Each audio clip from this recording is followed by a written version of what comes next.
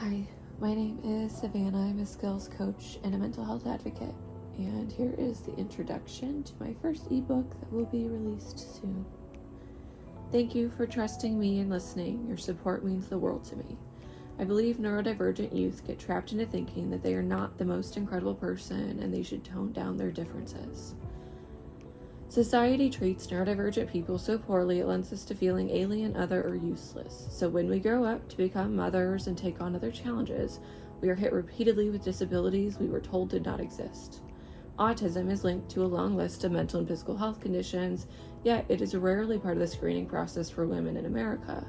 Not only were they missing the mark on what to ask, they were never looking into the needs of women and girls. When women in the US are diagnosed with autism or ADHD, most often they're offered a prescription. Therapy is a general suggestion, and the wait lists for specialty programs are lengthy, and out-of-pocket costs are expensive. We need more proactive research into what helps women thrive with ADHD and autism. And until we have more of that to reference, I'm doing the work on the ground. I am connecting with people and talking with them, finding what works for clients and building the maps to their personal satisfaction and happiness. Statistics are grossly missing the mark because testing is missing women and girls as well. Start asking young children questions about the way they perceive the world, relationships, and themselves, and they will tell you they are neurodivergent. Most importantly, they might not be liked by their peers. I'm here to let you know that as an autistic person, I was born this way, and this is how we are.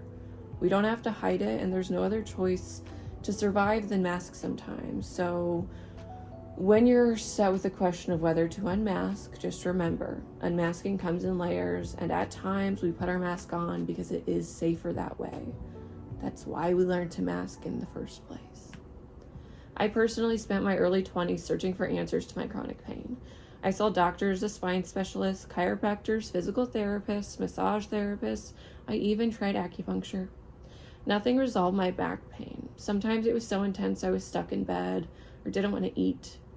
Now I know most autistic people deal with chronic pain. Our nervous systems and brains are wired differently. High stress environments can be detrimental to our health, and I was throwing myself full steam ahead into crisis work throughout the early years of intense chronic pain, which then later turned into the years of COVID. I stayed in direct client service. I rose to the top and became a senior director of a nonprofit. No one told me what giving 100% really meant.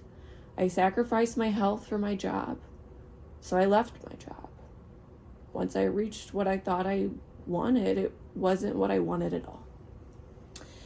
Now, this is not a story to say, relax, stop working, because we live in America and it's expensive. We do not have that luxury. Most of us will not qualify for disability and can't just stop. So what do? We network, we invent, we find community, we see our power, we build our own confidence again, and we build lives that fuel us. Work doesn't have to destroy you, and it certainly shouldn't. It's not worth that sacrifice. The world has treated us so unfairly that we have to make our own path forward, and sometimes we have to build something new. After a decade of serving women and families impacted by trauma, I cannot help but scream that we were set up to fail. A lack of education on how our bodies and brains function, gaslighting and bullying makes us forget how incredible our talents are, and ultimately, how incredible you are. Thank you.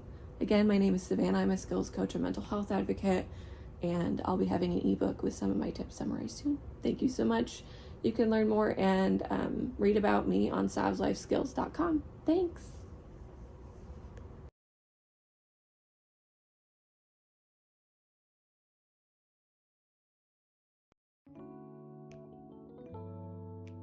It would mean the world to me if you subscribe. Thank you.